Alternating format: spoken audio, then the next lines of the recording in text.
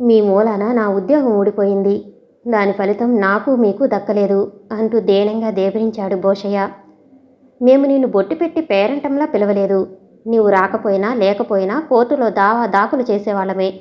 చెట్టంత ప్లేడరు ఒక్క దెబ్బతో చిత్తైపోతాడని కలగన్నామా? గెలిస్తే మాతో పాటు నీకు అన్న ప్రకారం భాగం లభించేది. ఇంతకు వాళ్ళననే పనేముంది?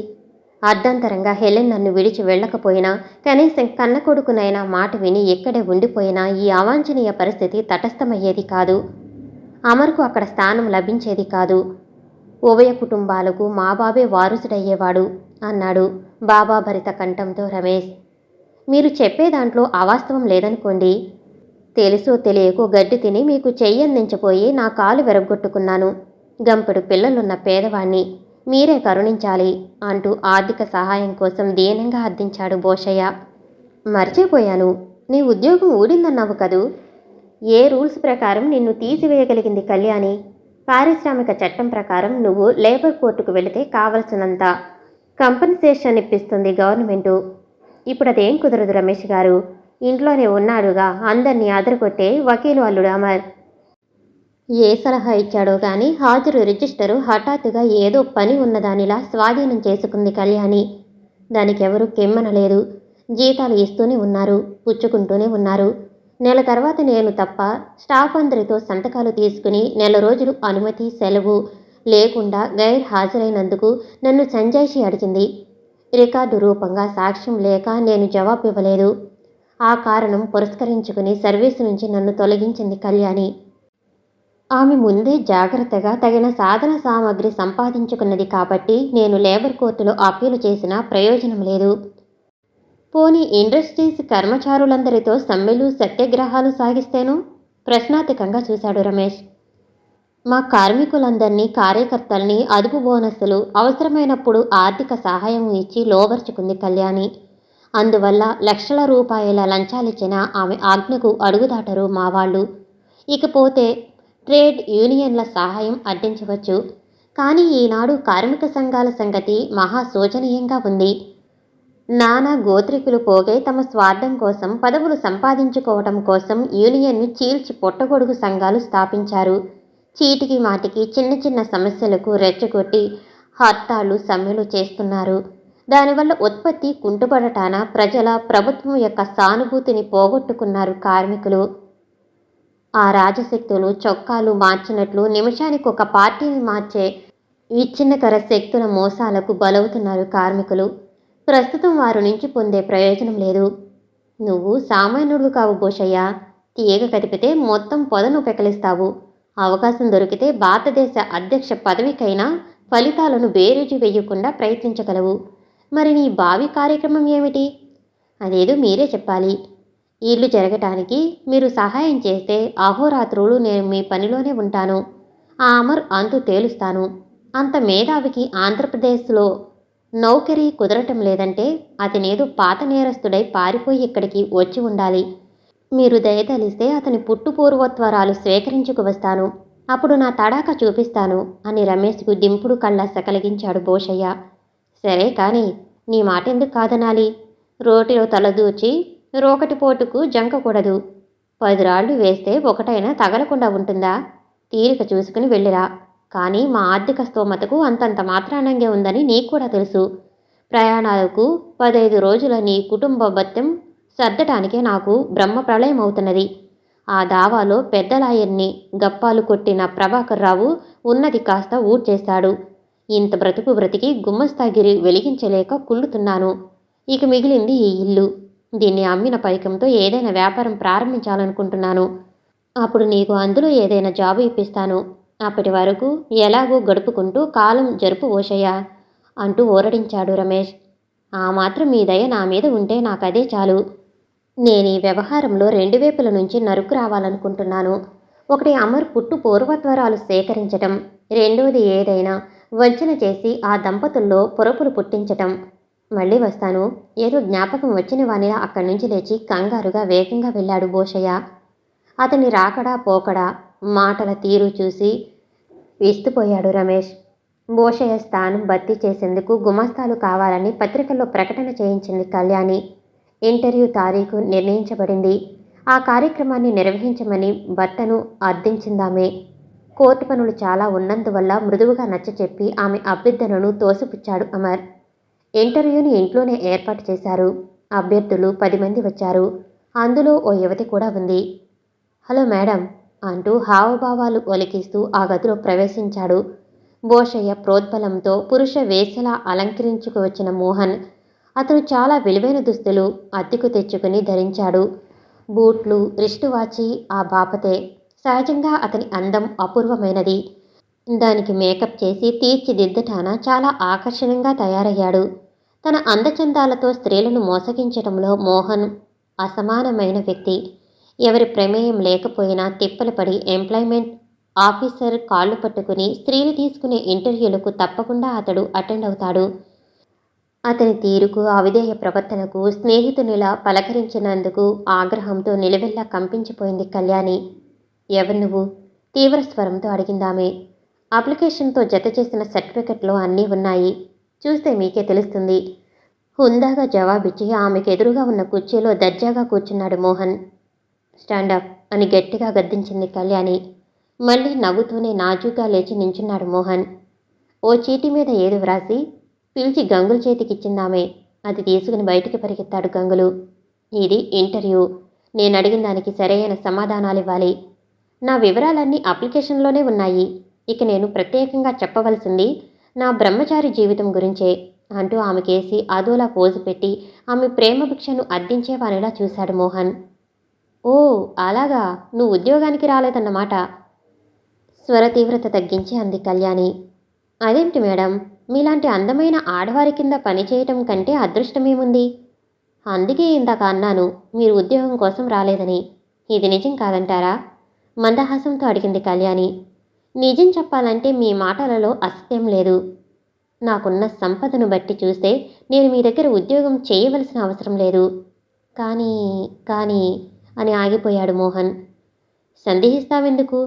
నీ మనసులో మాట చెప్పు అంటూ అతన్ని కవ్వించింది కళ్యాణి. మరేమీ లేదనుకోండి. ఎప్పుడూ మిమ్మల్ని చూశాను.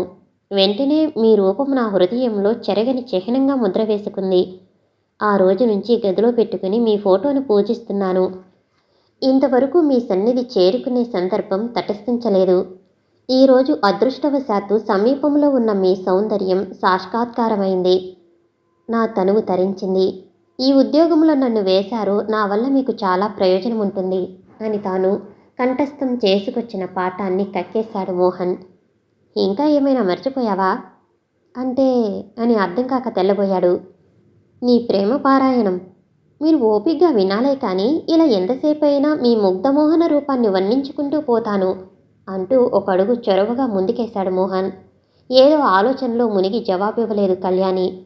మౌనం అర్ధాంగీకారంగా భావించి ఇంకో అడుగు ముందుకు వేశాడు మోహన్. అప్పటికీ ఆమెలో చలనం రానందుకు ఆహ్వానంగా ఎంచి కామం కురిపించే కళ్ళతో చేతులు చాపాడతను. Idiot, brute, rascal, get out. నేనెవరననుకున్నావు? ఏమిటి నీ వాగుడు?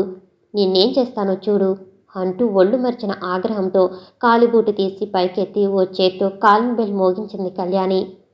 ఇంతవరకు నువ్వు పెద్ద నటీమణివని నాకు తెలియదు.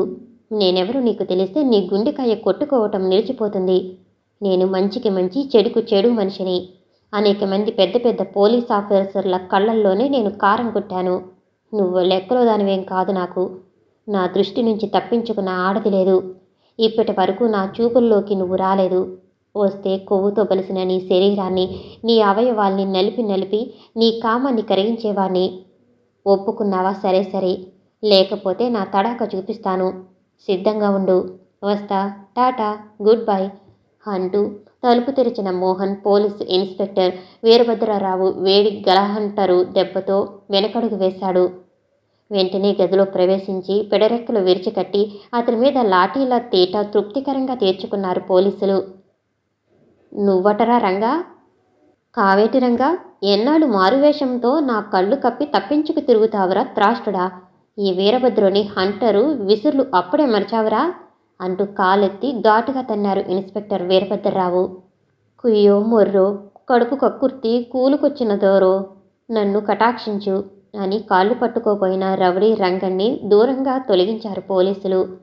ఆ అనూహ్య సన్నివేశానికి అప్రభితురాలై ఆఫీసర్ను విష్ చేయాలనే కనీస మర్యాదలే మరిచింది కళ్యాణి. Good morning madam. పొద్దున్నే ఈ రౌడీ మీ ఇంటర్వ్యూకి ఎలా వచ్చాడు? ఆఫీసులో అయితే మీకు ఇబ్బంది కలిగేది కాదు, కానీ మీ ఇంటర్వ్యూ ఫలితంగా తప్పించుకు తిరుగుతున్న ఓ ద్రోహి దొరికాడు అంటూ తనంతట తాను కుర్చీలో కూర్చున్నాడు వీరభద్రారావు. అప్పటికి తన తప్పు తెలుసుకుని, ఎక్స్క్యూజ్ మీ ఇన్స్పెక్టర్, ఈ గందరగోళంలో మతిపోయి మీ మర్యాదలే మరిచిన నన్ను మన్నించండి ఇన్స్పెక్టర్ అంది కళ్యాణి.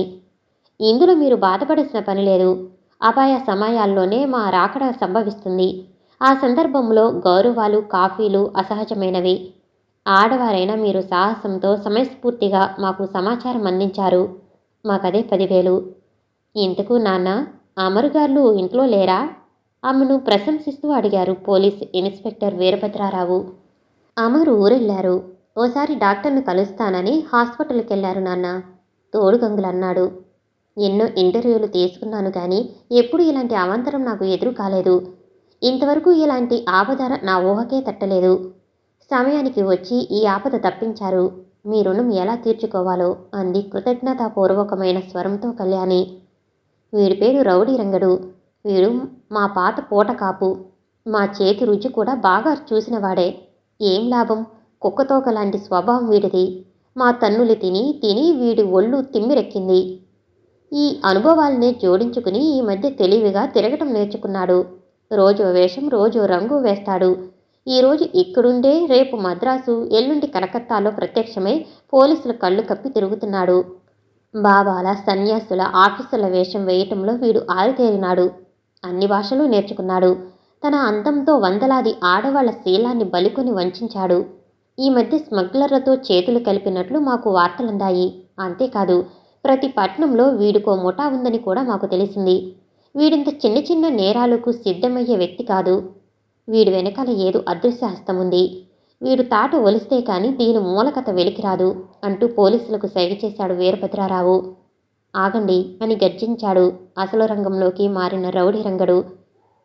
ఏం రోయ్, మమ్మల్నే బెదిరిస్తున్నావా రాస్కెల్? కాదు, ఈ ఆర్డర్ చూస్తే మీకే తెలుస్తుంది అంటూ జేబులోంచి ఓ కాగితం తీసి చూపించాడు రౌడీ రంగడు. దాన్ని చదివి, చూశారా కళ్యాణి గారు, తన నేర్పరితనంతో ఎన్ని నేరాలు చేసినా, ఎంత దౌర్జన్యంగా ప్రవర్తించినా ఇతన్ని కొట్టకూడదని ఓడిఎంఓ దగ్గర నుంచి సర్టిఫికెట్ సంపాదించాడు. అంత మాత్రాన్నే వీడిని వదులుతారని భావించాడు అంటూనే రంగడి మీద హంటర్ దెబ్బల వర్షం కురిపించాడు వీరభద్రారావు. నిజం చెప్తాను, నన్ను చంపకండి. లోగడ తిన్న దెబ్బలకే నా ఒళ్ళు హోనమైపోయింది. ఇప్పుడు మీరిలా కొడితే నా చావు తథ్యం.